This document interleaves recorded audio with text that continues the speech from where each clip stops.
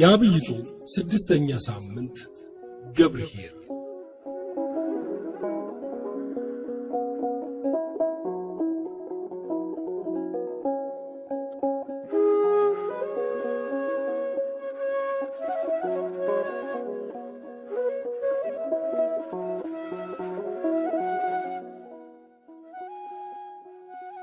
ስድስተኛው ሳምንት ገብርኄር የሚል ስያሜ አለው። ገብርኄር ማለት በጎ ታማኝ አገልጋይ ማለት ነው። ስያሜው ከማቴዎስ ወንጌል ምዕራፍ 23 ከቁጥር 14 የተወሰደ ሲሆን ታሪኩም እግዚአብሔር በሰጠው ጸጋ በታማኝነት ማገልገል የሚያስገኘውን ዋጋ ያስረዳል።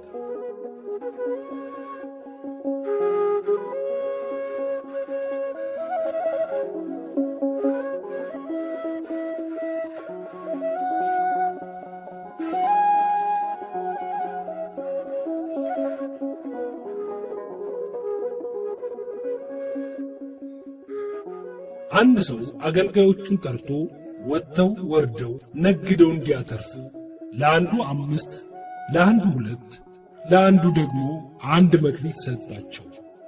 5 መክሊት የተቀበለው በተሰጠው መክሊት ነግዶ ሌላ 5 መክሊት አትርፎ 11 አድርጎ ጌታዬ 5 መክሊት ሰጥተኸኝ ነበረ፣ ወጥቼ ወርጄ 5 አትርፌአለሁ ብሎ ለጌታው አቀረበ። ጌታም አንተ ጎበዝና ታማኝ ባሪያ በጥቂቱ ታምነሃልና በብዙ ሾመሃለሁ፣ ወደ ጌታ ደስታ ግባ አለው።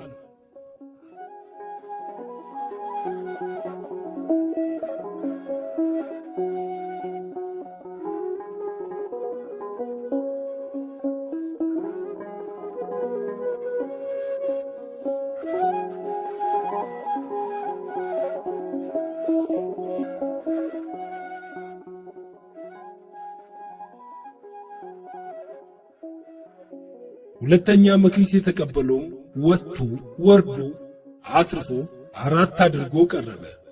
እርሱም ጌታው አንተ ታማኝ ባሪያ በጥቂቱ ታምነሃልና ወደ ጌታ ደስታ ግባ አለው።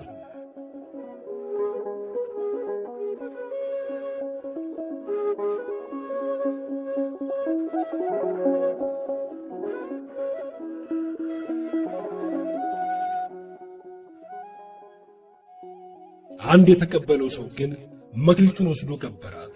ጌታው በተቆጣጠረው ጊዜም የቀበራትን መክሊት አምጥቶ አንተ ካልዘራህበት የማታጭ ካልበተንህበት የማትሰበስብ ጨካኝ እንዳልሆን ታውቃለሁ።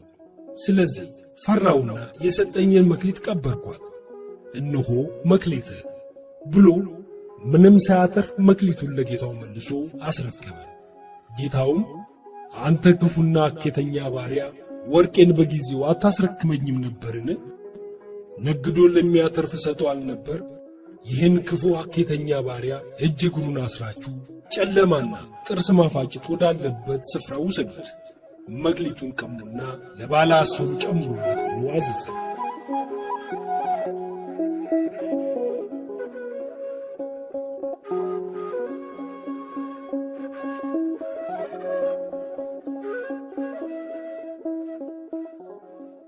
በዚህ ታሪክ እንደምናየው በተሰጠው መክሊት ያተረፈ ሰው ክርስቲያን ዋጋ አለው።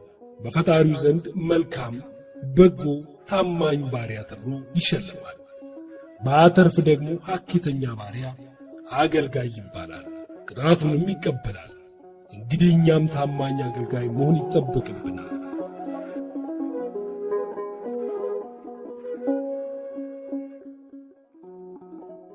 ሳምንቱ ይህ መልእክት የሚተላለፍበት ወቅት ነው።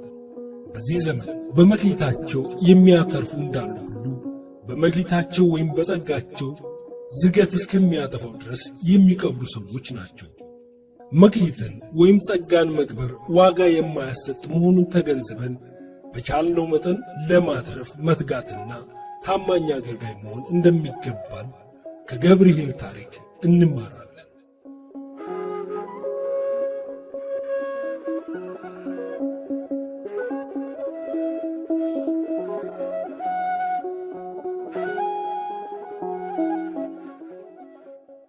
ይህ ጾም የምንጾመው ራሱ ጌታችን መድኃኒታችን ኢየሱስ ክርስቶስ ጾሞ እንድንጾም አርአያነቱን እንድናይ የሰራልን የጾም ሥርዓት ስለሆነ ነው።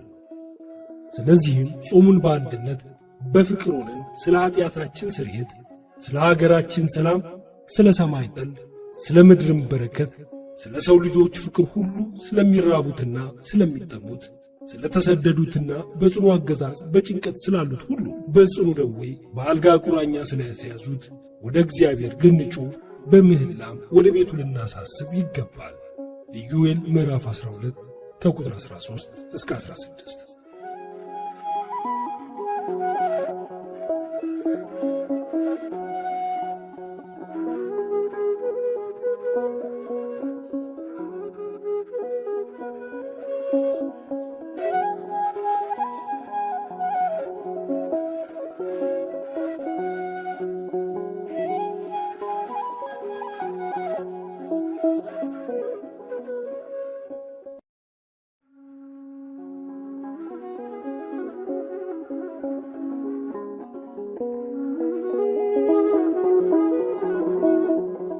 የአብይ ጾም 6ኛ ሳምንት ገብርኄር